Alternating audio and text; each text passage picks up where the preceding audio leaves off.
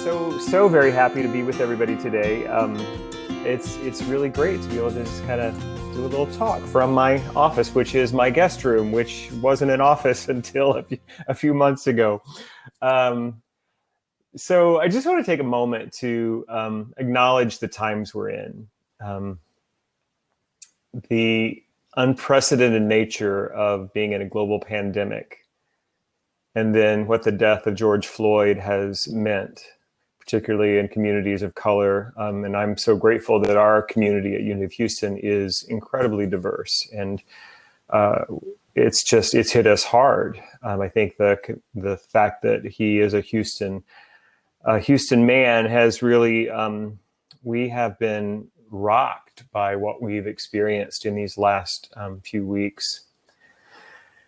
And I just want to anchor it with this idea that this is a troubled time, but not necessarily troubled in a bad way. If we hold an evolutionary lens through which we see reality emerging, I think about that beautiful story I can't remember which gospel or gospels that it's in, about the paralytic man by the pool of Bethesda. And it said that the angel would come trouble the water, and then whoever could get in the water would receive the gift of their wholeness revealed. So I've been thinking about that as trouble, that what we're experiencing right now, there's a disruption. There is Mindy has already said it this morning, that we're not going to go back to normal, that what is being asked for will be different and new. And my experience through all of this has been that in my third year of senior ministry today, Facebook reminded me this morning that I graduated from ministerial school 11 years ago through Centers for Spiritual Living. I've been at Unity of Houston now, it'll be 10 years this summer. That can't be right. No. When did I get here? 2011. So 9 years this summer that I've been here. And now as senior minister, it'll be 3 years in September. When I'm struggling, and I shared this with my friends in the networking room that I got to connect with, I'm struggling with the idea that I'm supposed to have the answers, that did I miss a class in ministerial school about pandemic and racial strife and unrest? Or did I miss that? And none of us is prepared for this moment, but we are sourced and supported in this moment. And that's what I keep coming back to again and again, that when I'm stressed out of my gourd and I don't know how are we going to run our church when we don't have a Sunday offering anymore, which has been our largest stream of revenue. And every time it's just being revealed in a beautiful way that we can do this. You know what? I'm just going to start. I'm going to treat this kind of like, hey, Karen Tudor, as a Sunday talk. That's the way I typically, if I'm being asked to present some information, there is a certain format, the way my brain organizes it. And my friend Jerry Roberts, who is the senior minister at Unity of the Woodlands here in Houston, he went to Methodist seminary many years ago, and he said, he jokes about it. They taught him you need a joke, 3 points, and a poem.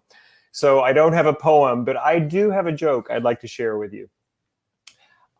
This joke is applicable because it fits two things that I want to talk about. I grew up in a tiny little town in Oklahoma, so small towns are different.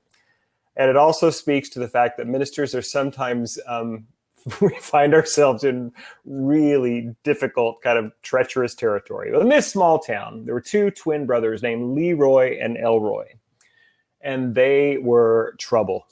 From the moment they were small, they were always mischievous and getting into weird, terrible situations. And then it got worse as they were teenagers and could drive. And then all the way through their adulthood, they were just always in trouble. They were with the gambling and the drinking and the lying and the stealing and the running around with the women of the town. It was a very, very, very bad situation. People knew that they were bad boys, bad men. Well, Elroy died, and Leroy was just grief-stricken, and nobody really had ever seen that kind of tender and vulnerable side of him, and they didn't quite know what to do. And so Leroy went to one of the ministers in town and said he was just so bereft. And he said, "Pastor, I need you to give a service for my brother Elroy." And the pastor said, well, of course. And Leroy said, "And I need you to stand before the citizens of this town. I need you to tell them all that my brother Elroy was a saint." And the pastor was like, I can't do that. Then Leroy said, "And I'll give you this $10,000 check if you will do this." So the pastor said, "Oh, well, let me consider this." And so he said, I'm going to have to pray on this, consider it, but something in my spirit is saying, yes, I can do this. So he took the check. Word got around town that this interchange had happened. And the day of this service, the church was packed, not out of paying respects to Elroy, but out of to see what this pastor was going to be able to do. He steps up to the pulpit. He looks out over the sea of faces. He said, "This man, Elroy, who we are memorializing in this day, he was a terrible person. He drank and he smoked and he gambled. He stole and he ran around with your women. We all know what he was like. But compared to his brother Leroy, he was a saint." I'm just imagining all the laughter in the room. I think about how as spiritual leaders, sometimes we're asked to do an impossible thing. We are like I'm thinking about in my own community right now, that we have people of really different opinions about what the social unrest we're experiencing means and how the church should respond.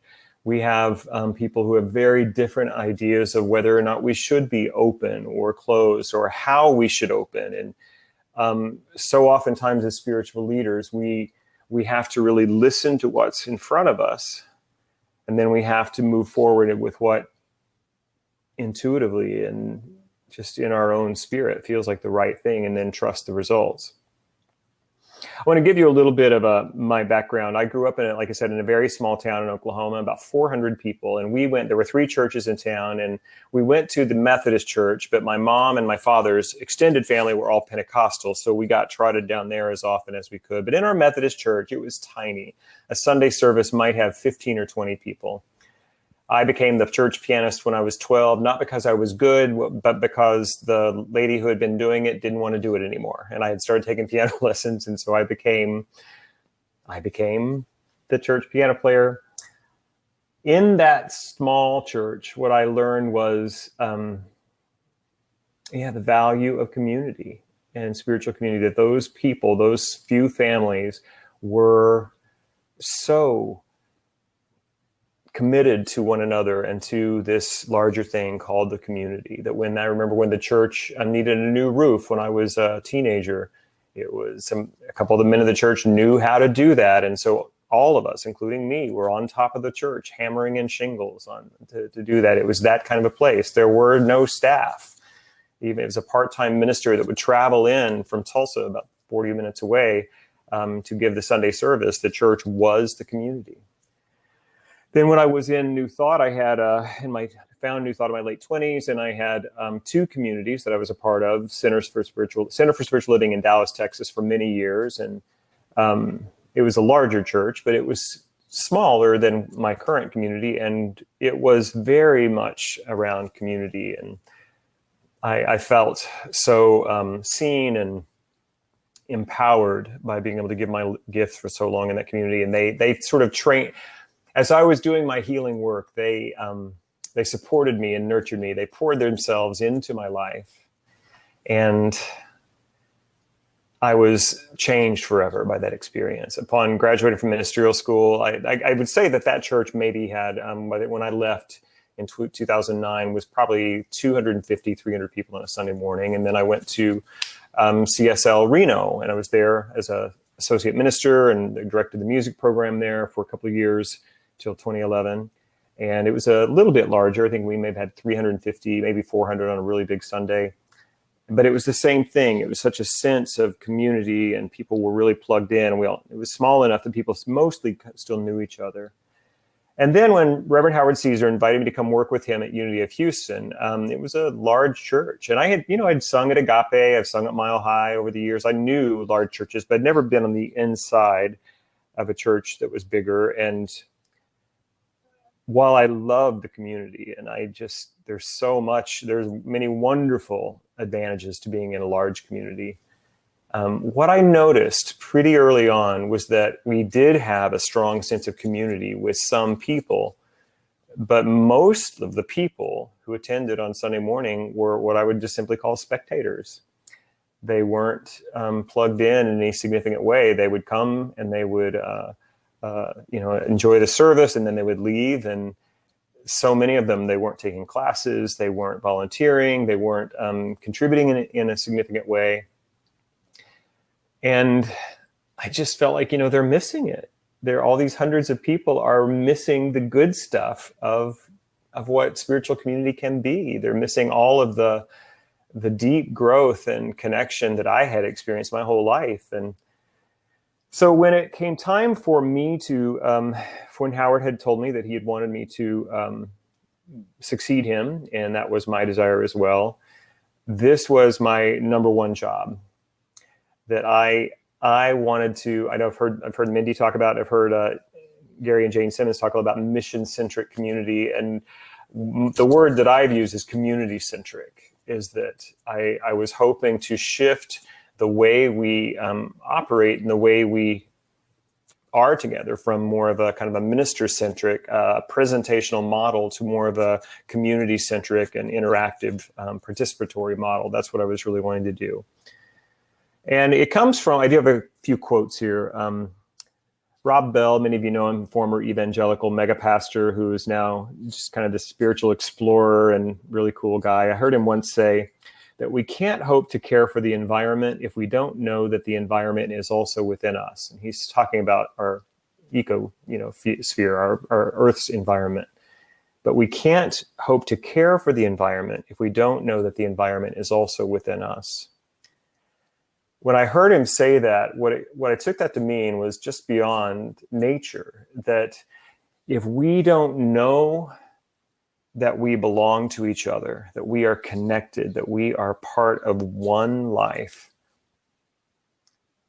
we will not be able to care for each other. We will not be able to live in community in a true way. And so early on, I wanted to see what we could do, see if it was possible to make this shift. I'm going to share some things here in the chat. So after I became senior minister, we began a process to recreate our guiding words.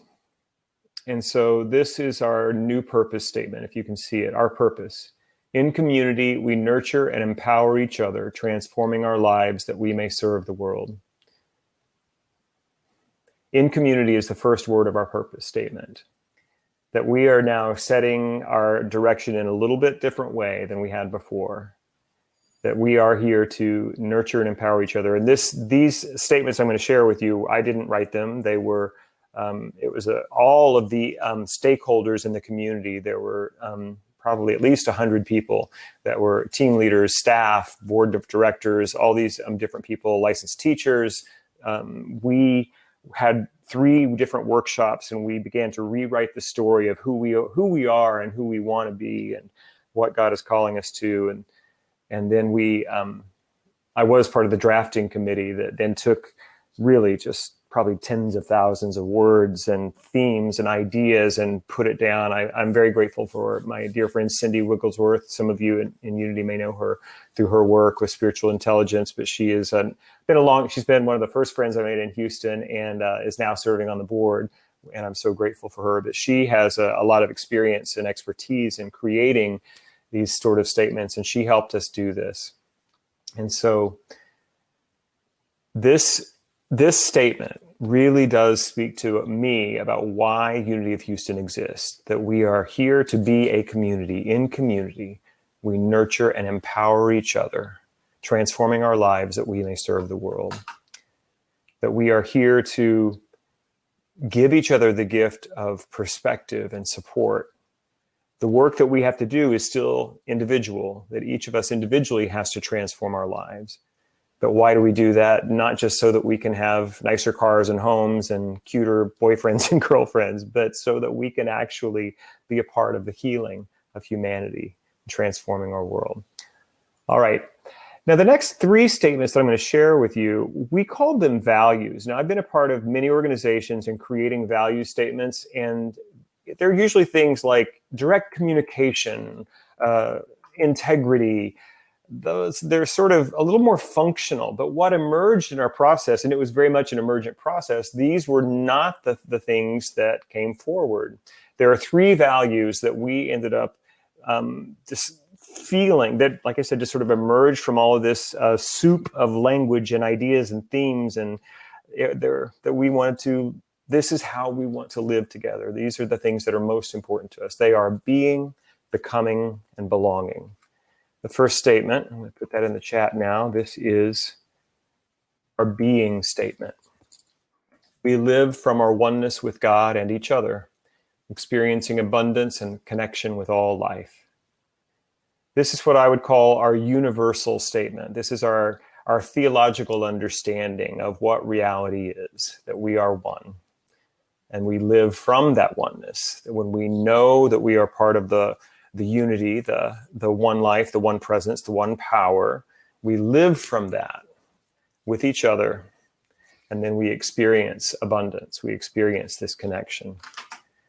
The second statement is our becoming statement. As you all, I'm sure, are aware that just because you know that we're one with God and with each other, we don't always fully live that. That we are, there's a process, right? That we are in our being. I'd like to think about it this way, that God is perfect in being, and God is one in being.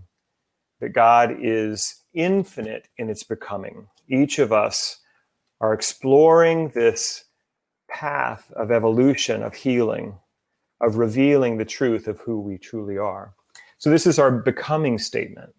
This is our becoming statement. Through spiritual practice and through grace, we heal and grow, revealing the Christ within. This is the way that the perfect is revealed in the imperfect plane of incarnate reality. This is the way the absolute truth of God is revealed in the relative truth of human experience in lifetime. That there is a process, even though we live from our wholeness and our oneness with God, we all know that there is a journey of revealing that. And so through spiritual practice, when we do the work that we are to do, and that is an individual thing, and through grace, that we are supported by this unmerited, supportive energy of life itself. Through grace, we heal and grow, revealing the Christ within. And now we can go to the belonging statement. So the first two are being and becoming. Those are right in the wheelhouse of New Thought theology and practice for 140 years. I mean, this is what we have always taught, that we are one with God. That same power that said, let there be light, and there was light, that's part of that's what we are. And that when we can find the practices and the techniques and the tools to plug into that creative energy that we truly are, we can transform the conditions of formed reality, and we can live in that abundant life that Jesus taught about and many of the great masters taught about. The being is the universal, the becoming is the individual. It's this third piece, the belonging, that is kind of maybe gets less airplay in the New Thought world. But our belonging statement is this: we create a spiritual home for all people, knowing that we are one body and that we belong to each other. When we shared these guiding words with our community and with our leadership first, all those who had been a part, and he said, here are the words we got. We didn't get a lot of edits. People were pretty pleased, but this statement was the one that was a little controversial. What do you mean we're one body? What do you mean we belong to each other? I thought we were about personal responsibility for my own experience and my own growth. Belong to other people? What? So it was this shift from, minister-centric or presentational model to something that's more community-centric and more participatory. There was some resistance, not huge, but people, even one of my young adults who is woke, and she is fabulous. This was the part that even she was on my drafting committee, and she was like, yeah, this is interesting. She struggled with a little bit. So knowing that we are one body, that phrase, of course, comes from the New Testament, the writings of Paul, his teaching on the body of Christ. And then the "we belong to each other" is a very famous quote from Mother Teresa. And I think I have that quote here. I'll share it with you. What Mother Teresa said was that if we have no peace, it is because we have forgotten that we belong to each other.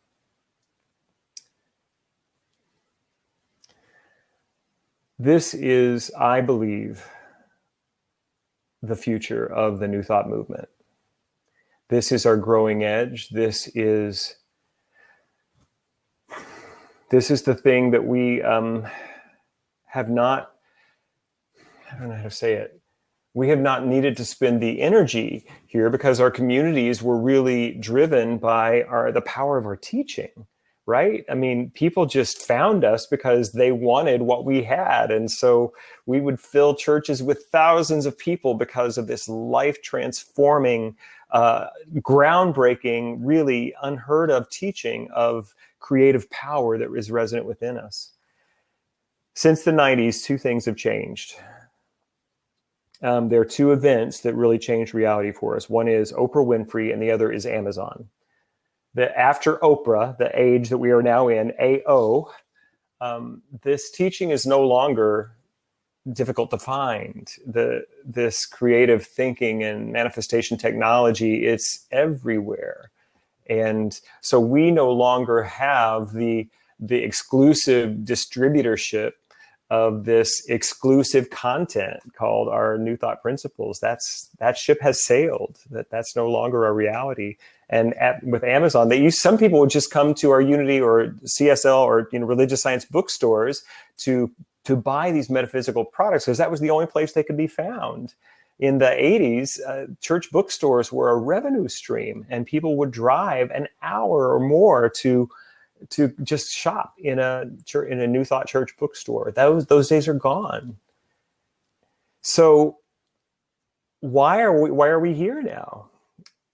And truly, my mentor and teacher, Reverend Dr. Petra Weldis at CSL Dallas, she would often say this, that there's nothing in our teaching that says we should have a church. Because really, it's just the being and the becoming. That's all that we need. And when we live the being and we learn to become, we can do that all on our own. But we can't. And that's the lived reality. It is in community that we get to really experience the power of our teaching. So what I believe is being asked for, and what we are now seeing almost 3 years in at Unity of Houston, is a transformation, that we still gather around our teachings, that there are, if you're still in a dualistic mindset and you really want to believe that gay people are going to hell, you're not going to want to come to our spirit groups or our community. That's not, we won't be a fit for you. But if the teachings are resonant for your soul, of oneness, of empowerment, of creative thought, then what we can offer is not only the teaching, but like-minded people to walk with you on your journey as you heal and grow, as you become. So I'm going to, in just a little bit, I'm going to turn this over to Karen Tudor, who I have too many Karens in my life. They're all perfect. Love my Karens. That name is getting a bad thing happening out there. I don't understand it. I love my Karens. Karen Tudor, who is my senior associate minister, and Stacy Collins, who, she's incredible. She is our program director, program leader of SpiritGroups at Unity of Houston, but she has many other things too. They both are.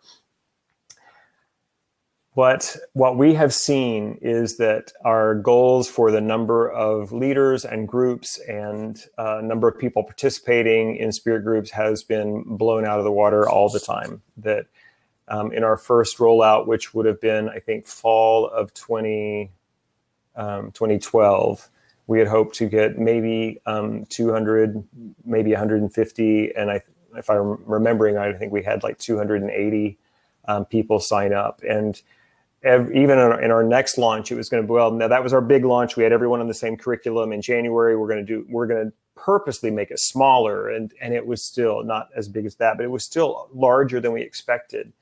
In this shutdown COVID experience, we put it out there again. We're going to do all online groups, and the numbers have been so much greater than we expected. And the numbers are not the goal, but they are a benchmark. So that what the numbers show us is that there's energy here. Something is happening.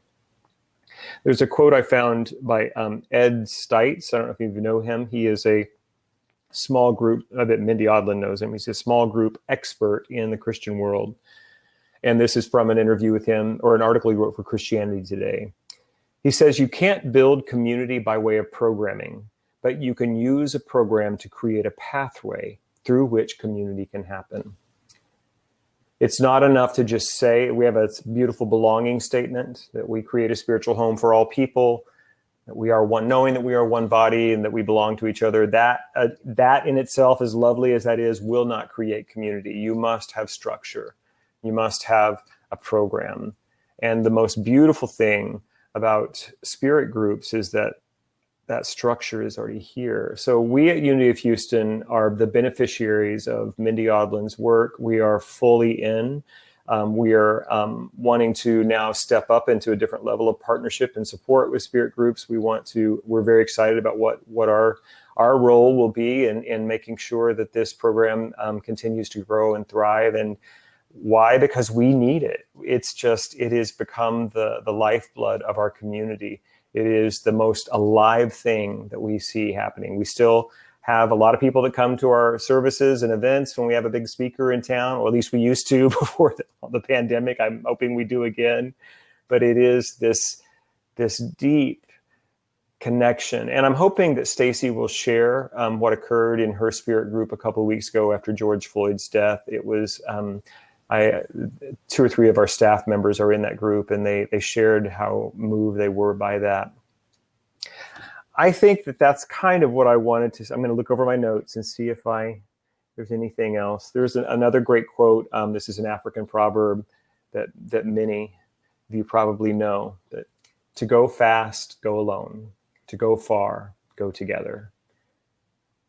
That it is a better way to teach new thought and to live new thought principles and practices when we do it in community. I have been now a part of the New Thought teaching and New Thought community since 1993.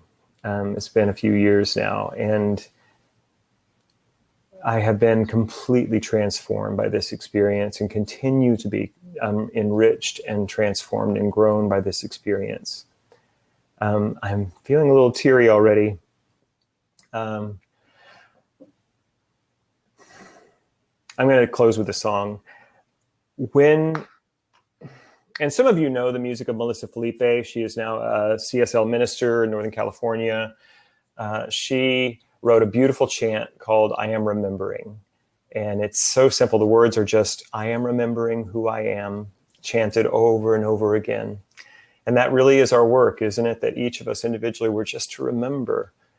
Michael Beckwith says there's nothing that we need to add to our consciousness. They're just things that we need to release. And he says our spiritual work is all subtractive. We just need to release the false beliefs, the false identities, the limited ideas of who and what we are. And remember the truth of who we are. Well, Melissa and I were on, when I was living in Reno, she came over and sang at my church in Reno. And then we got a little mini retreat up in a cabin at Lake Tahoe. And we were going to write a lot of songs together. We ended up writing one little song together. And I call it the sequel to her beautiful I Am Remembering chant. It's called When I Forget. This is the power of community in my life, that when I forget who I am, you will remember for me. And when you forget who you are, I will remember for you. So we'll see how this works. We tested it last night.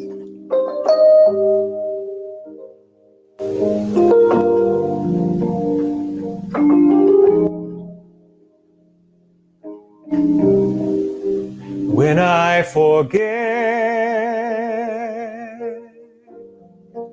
will you remember for me? When I forget, will you remember for me? Help me see what you see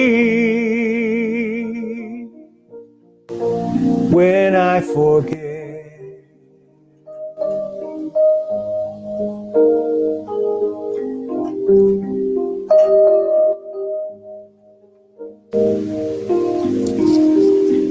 When you forget,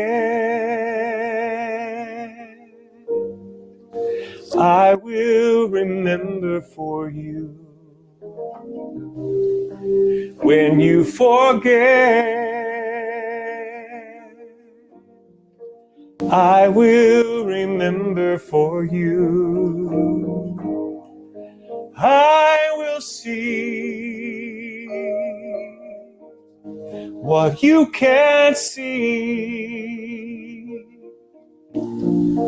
when you forget.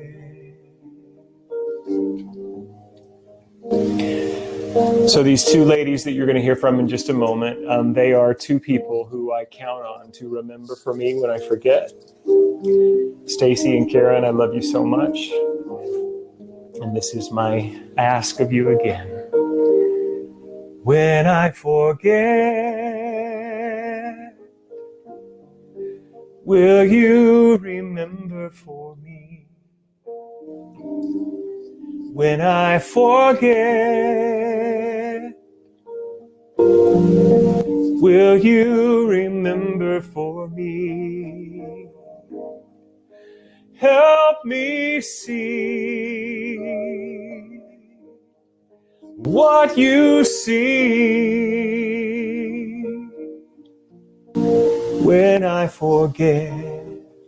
Help me remember when I forget. Help me remember when I forget.